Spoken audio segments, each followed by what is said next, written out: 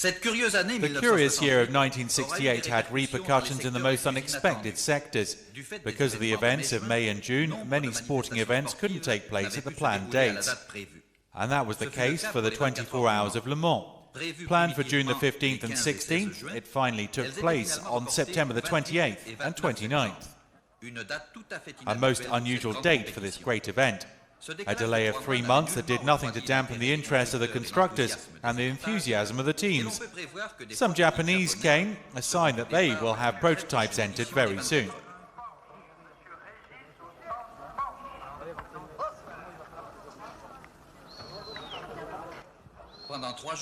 For 3 days, complying with the rules, the prototype Sport and GTs underwent a battery of tests as the perspicacious commissaires verified everything. An exam that the Alfa Romeo 2-litre came through successfully. The Italian constructor that has scored several past successes at Le Mans is back this year, renewing with a tradition that had become somewhat forgotten at Alfa Romeo.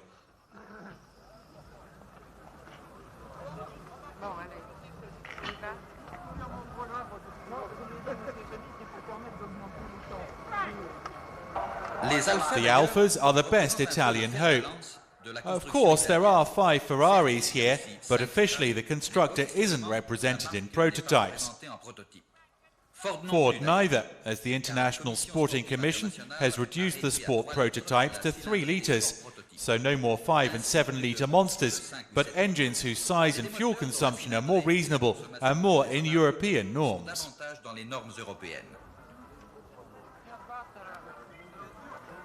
Limiting them to a 3-litre maximum also had beneficial effects for French constructors.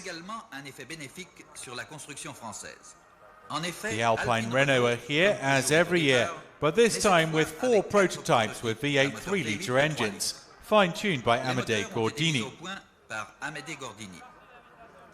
For the first time in a very long while, French cars can challenge for the overall success to try to win on distance.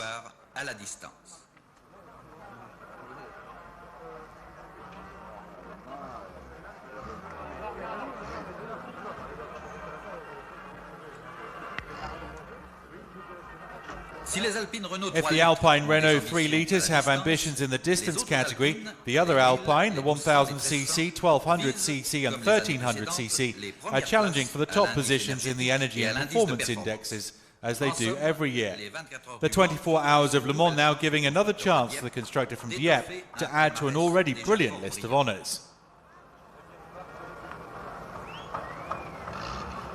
Jean Redelet can be confident. His team have done everything to get things ready in a small amount of time as possible.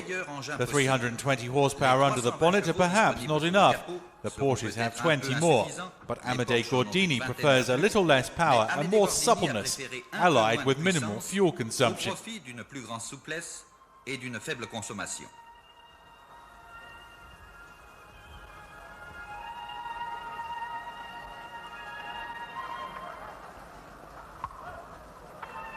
Henri Grancière will drive the 28 with Gérard Larousse. The 1 litre will be given to André and Nicolas and Mana Gerbeau. It's a constructor that really knows what it's about. Jean Redelet doesn't hide his confidence, but sport is hard to predict and motorsport is full of uncertainties.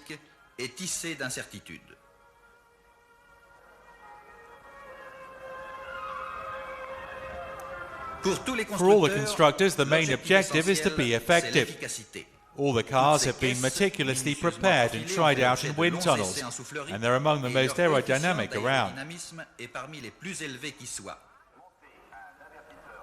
Everything is perfectly controlled, and road handling and power remain essential qualities. 5 Fords are at the start. They're 5 litres who are competing in the GT category. They have 100 horsepower more than the Porsches. They're solid and they've been put together so well that they're going to be top competitors in the category.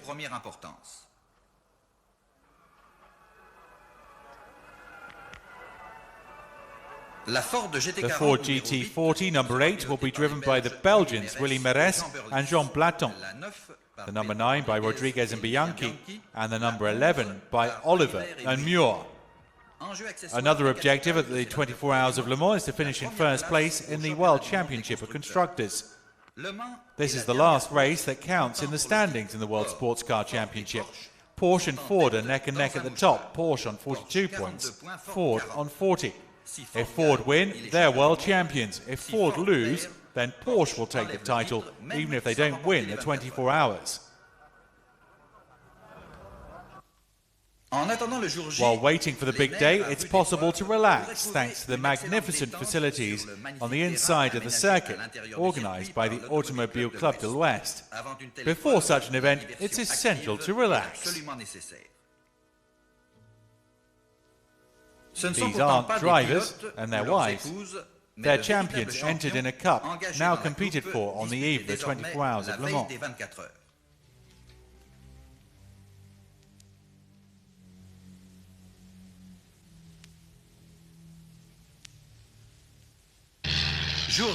The days arrived, Saturday, September the 28th. The aerodrome next to the circuit sees record numbers arrive.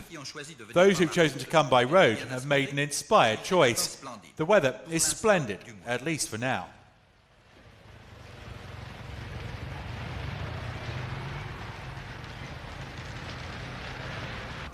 And from the end of the morning, we realise that the summer spending and the fact that autumn's cooler than June have had no impact on those passionate about automobiles. Le Mans 1968 attracts a huge crowd, and it's not too difficult to stand out.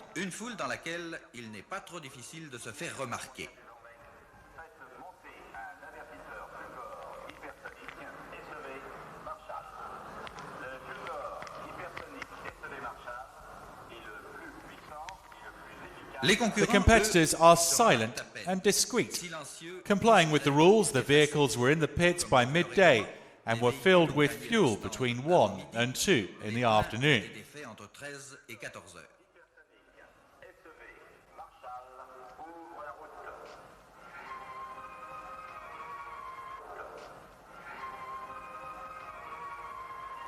The interior is functional. The drivers haven't got creature comforts, but they do have the best cars one can possibly imagine.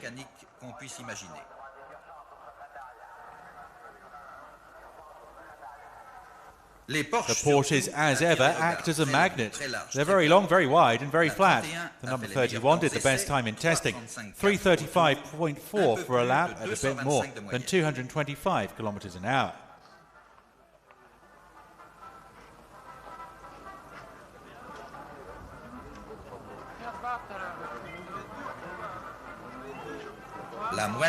There's the Moinet with a Simca engine, one of the two Lola T70s with a Chevrolet engine, as well as the two Corvettes entered in GT. They all stand out. 4 categories are up for grabs: distance, the energy index, the performance index, and the index based on cylinders. Apart from the Alpine Renault, another blue car is defending French hopes, the Matra 24, that will be driven by Pescarolo and Servoz Gavin. It's equipped with a V12 engine. There was also the first French engine used in Formula One.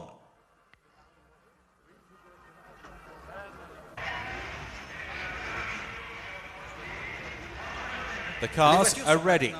It's raining at Le Mans on the track and raining on the crowd too, when a group of people climb up to the grid to come up level with the leading car.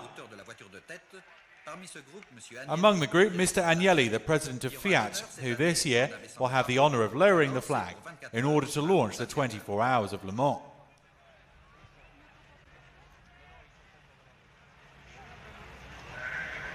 It's 3 in the afternoon, minus a few seconds.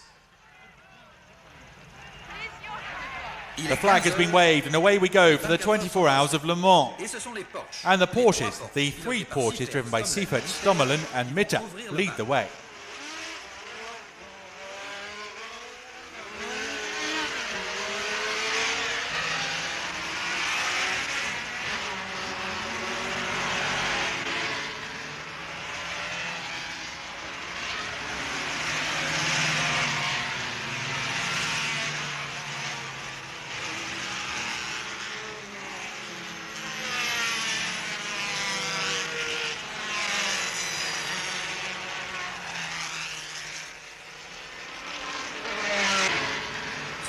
The exact order on the first lap of the lead trio is as follows. The 33 of Stommelen Neerpasch, in front of the 31 is Seifert Hermann, and the 32 of Mitte Alfred. The track is wet, the cars are moving through the rain, and it makes it feel as if there's mist everywhere.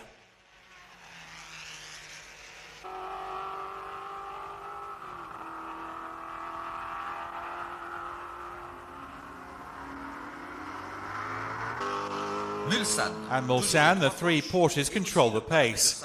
And watch out for the sand, where every year some imprudent drivers spend long minutes against their will.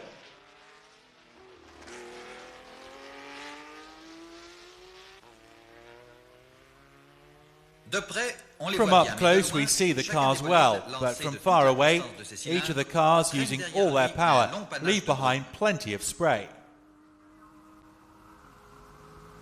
Now to the forward chicane, an innovation this year. This while the three Porsches go in front of the stands for the first time. The forward chicane, named after the great constructor from Detroit, forces the competitors to decelerate so that they go in front of the stands while accelerating. It makes it more spectacular and it's safer too. You have to go through one by one. If a car messes up, then there is an escape road allowing the car to get back onto the tracks via the pits, but with a mandatory stop.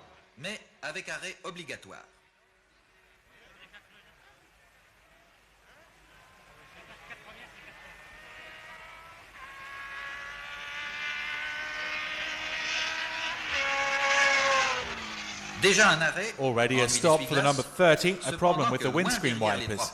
All of this happening well back from the three Porsches that are going at a crazy pace, the peloton getting more and more stretched.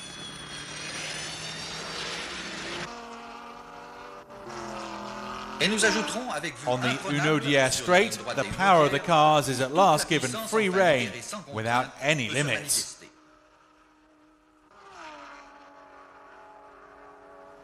Nothing to concern the firemen and the policemen here, but a bit further round their colleagues had to intervene on lap 1.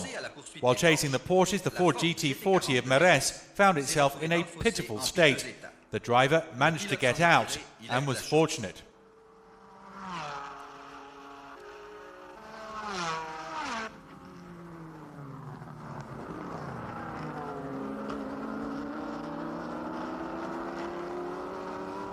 The 31 puts in a lap at 200 km per hour before improving on that a little later with one at 204 km per hour.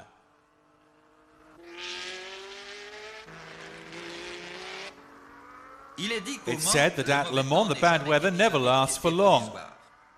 The sun has chased away the clouds and the track is more or less dry, and there's perfect visibility. Never have the pastures been so green and the sky so blue as after the rain.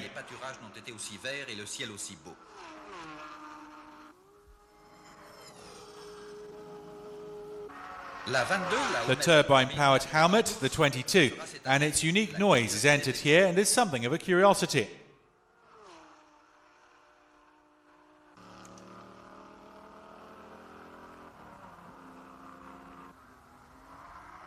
At the Ford chicane, there's only one tactic, and that's to follow the well-established racing line.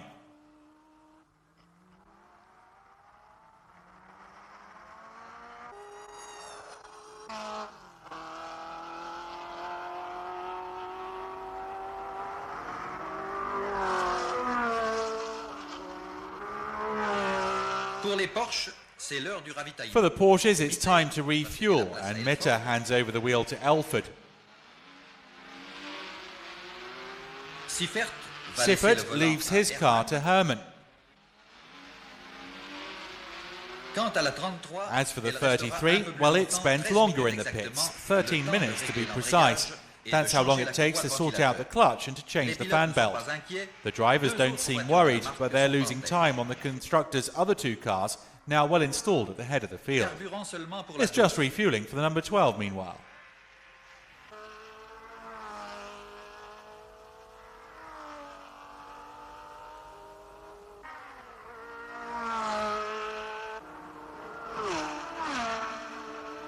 It's the last time we'll see the 65. It comes to a standstill soon after. A pity for the team, and there'd soon be other abandonments as the drivers tried to follow the ferocious pace. A contraint tous les pilotes à forcer l'allure pour ne pas trop se laisser distancer.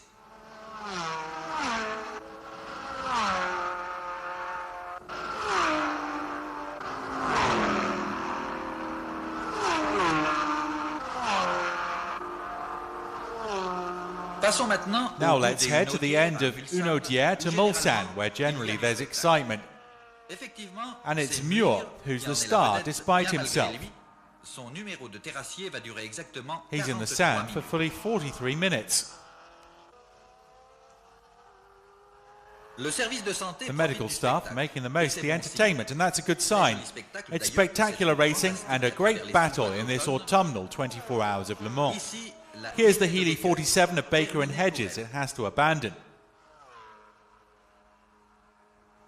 For their grand return to the big time, Alfa Romeo are going really well, but Porsche are still dominant.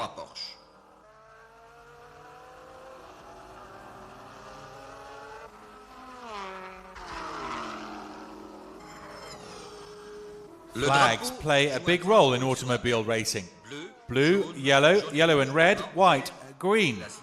The significance of each colour is well known, but leaves the drivers of the Alfa Romeo 65 totally indifferent.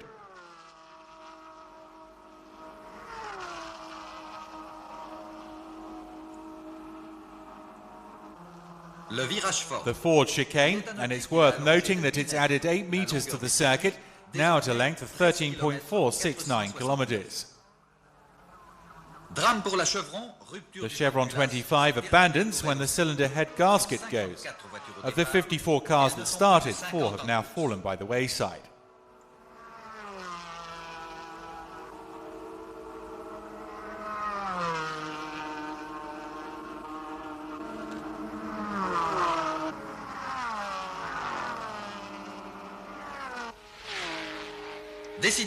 With the weather set fair, Joe Siffert ups the tempo and immediately posts a 340.2 at a surprising average for a 3 litre of 220 km per hour. Ce qui représente la moyenne étonnante pour une 3 litres de 220 km à l'heure.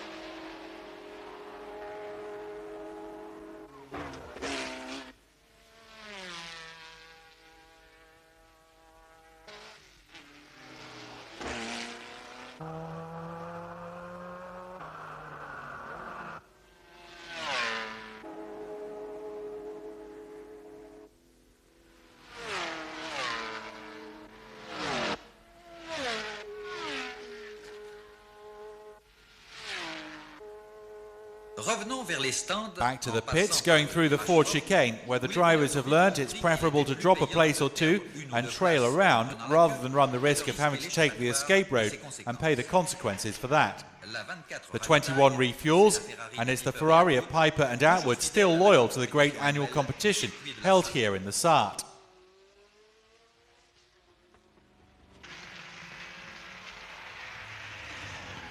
At Alpine Renault, they've found the formula to have impeccable lights after 2 hours of racing. Getting into the car is a bit laborious though, as the cockpit of the Alpine 3 litre is pretty narrow.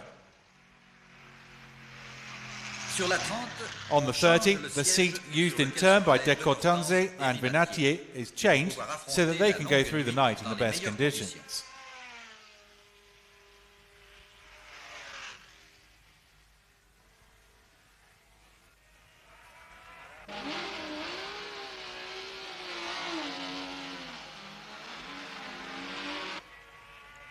The Helmet 22 turbine is still in the race, but its sister, the 23, has already abandoned. The Alfa Romeos are going well, very well in fact, just like the Matra.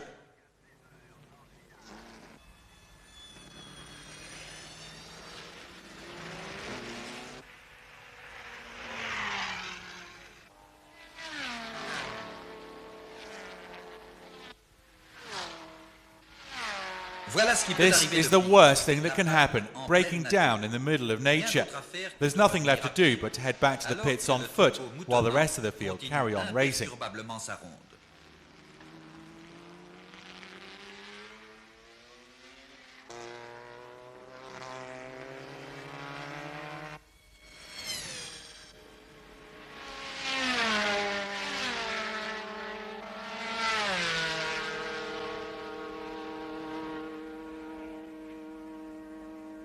The escape road has finally seen some good use, but you need the green light in order to be authorised to get back out onto the track. At the end of the day, it's best to get through no trouble, like with the Porsche and Matra here.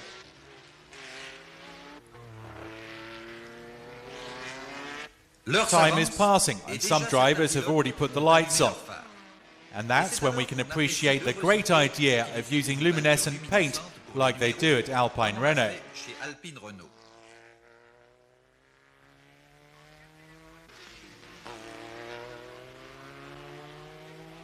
It's now nearly 8 in the evening, and the sun going down was fatal to the leading Porsches. One after another, they had to give in or fall down the field. All-out attack didn't pay off. The Ford GT40 of Pedro Rodriguez and Lucien Bianchi now leads at the moment. The attractions of the village of the 24 Hours of Le Mans really start to get going. A strange village, in fact, one that comes to life every year at the twice-around-the-clock event and has pretty well everything that you'd expect. It's here that you can feast on a hot dog or on a full meal. Enjoy the entertainment on the numerous stages erected the length of the circuit.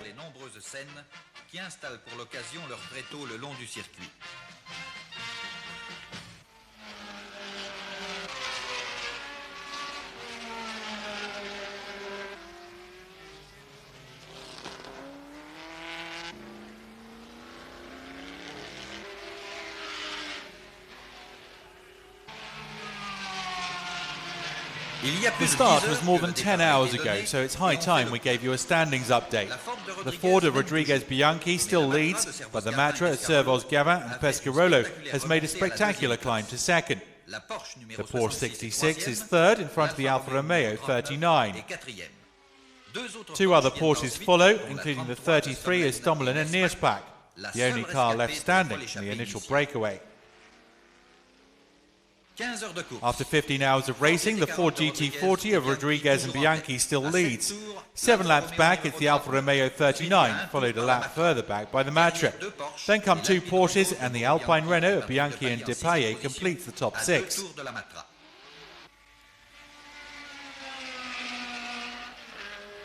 Day is breaking slowly, and it's started to rain again.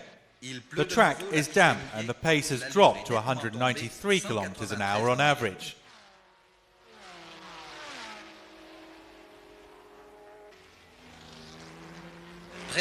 Almost half of the cars had to give up during the night, and the remaining cars form a peloton that is really stretched out.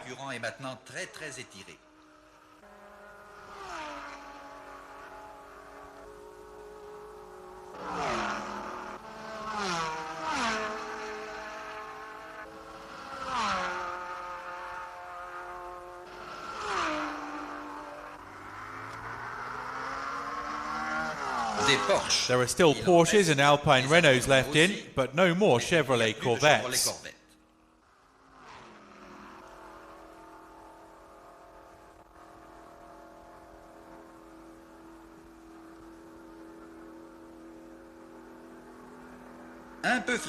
In 1968, it's pretty cool when the spectators wake up. Some learn from the newspapers that the battle at the front is still just as open. That battle taking place not far from their tents.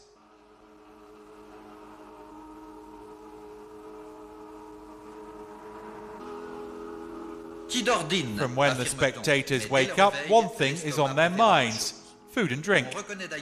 And it's easy to tell who has slept well and who has slept badly. And what about the race, you cry? Well, it carries on, notably for the Matra 24 of Pescarolo and Servoz Gavin, who were engaged in a serious battle for second place with the Alfa Romeo of Giunti and Galli. For now, the Matra is second, but Pescarolo had to stop to change one of his tyres.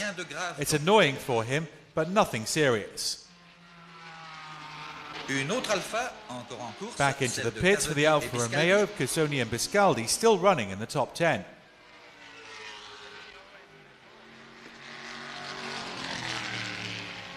The Matra has been repaired and is back out there, still running second. The Alfa fills up and gets going again. There are more wrecks than cars left out on the circuit in this most arduous of races. There's always damage done, and the fact that it was cooler this year didn't help more cars stay in.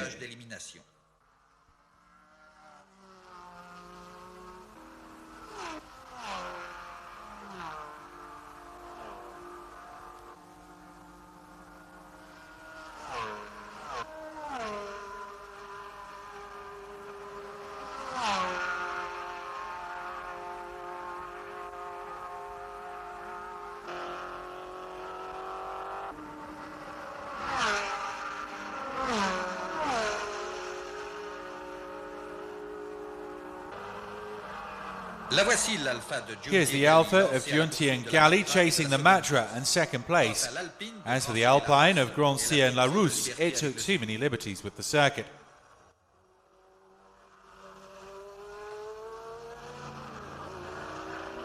Meanwhile, the youngsters take part in their own endurance event, the 24 minutes of Le Mans. A slight modification to the rules compared to the real 24 hours, where any driver helped by a third party would be disqualified. It's a very serious race, and now the prizes aren't sweets, but trophies like for their elders. They've certainly taken the attitudes, traditions, and movements from their elders.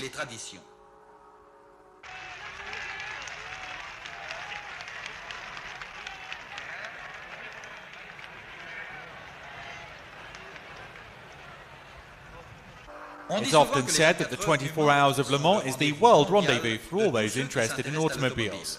It seems that this year those passionate about cars have come from far and wide to watch this 36th edition.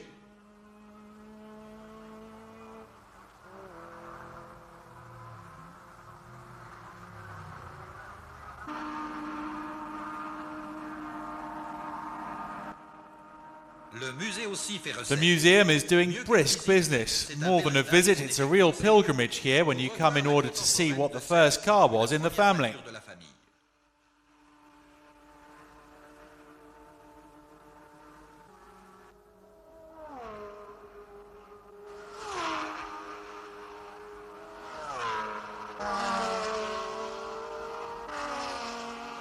Oh, there's an incident to signal. In the S's at Tertre Rouge, a car's gone off and has caught fire. It's the Alpine Renault 27 of Mauro Bianchi and Patrick Depailler. The Belgian, Mauro Bianchi, was at the wheel here. Fortunately, his injuries weren't too bad. Some light burns to the hands and face. Quelques brûlures légères aux mains et au visage.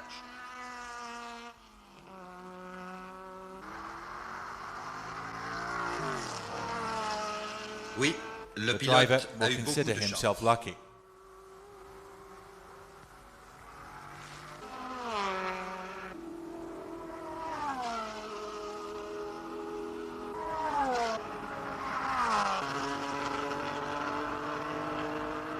And it's just at the time when the spectators are reveling in the spectacular racing that they learn that the Matra 24 is no longer in the race. The Matra's abandoned. A bit after Mulsanne, a tyre quite literally blew up. About 3 hours from the checkered flag, it's a stupid way for things to come to an end.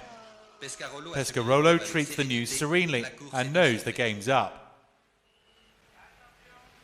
There are only 22 cars left, but hundreds of clients in the restaurants on the circuit. There are no abandonments to signal, just a few pauses after eating and a short night.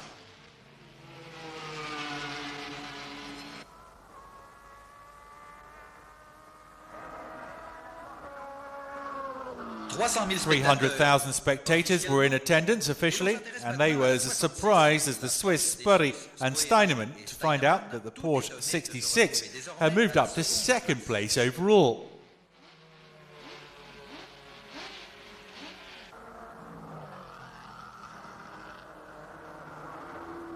The sun is back for the finish for the last of the 24 hours.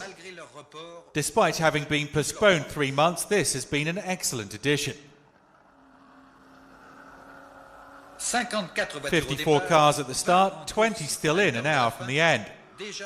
In the pits, lessons are already being taken on board as weaknesses are assessed towards the conclusion of this most grueling of events.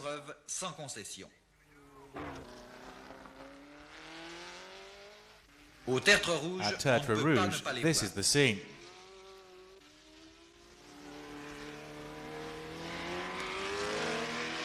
Donc, The Alpine Renault 30 of Vinatier de Cortanze is in 8th place in front of 3 other Alpines. While seriously fatigued, the blue cars have conducted themselves with great valour. 5 of them make it to the finish out of 15 cars to be classified. Rodriguez and Bianchi still lead, and this time they'd see it through to the finish. The Alfas take 4th, 5th and 6th, just behind the Porsches Stommelen and Neerpasch, the only survivor from the blast off the start line the previous day.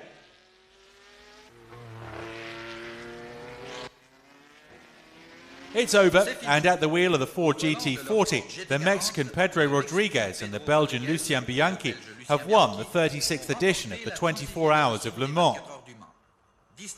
The distance covered, some 4,452 kilometres.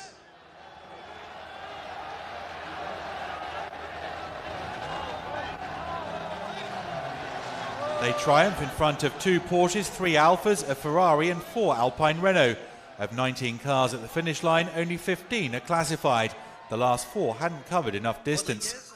Rodriguez, at 28, has already had an exceptional career, and 34-year-old Lucien Bianchi was competing for the 13th time at Le Mans.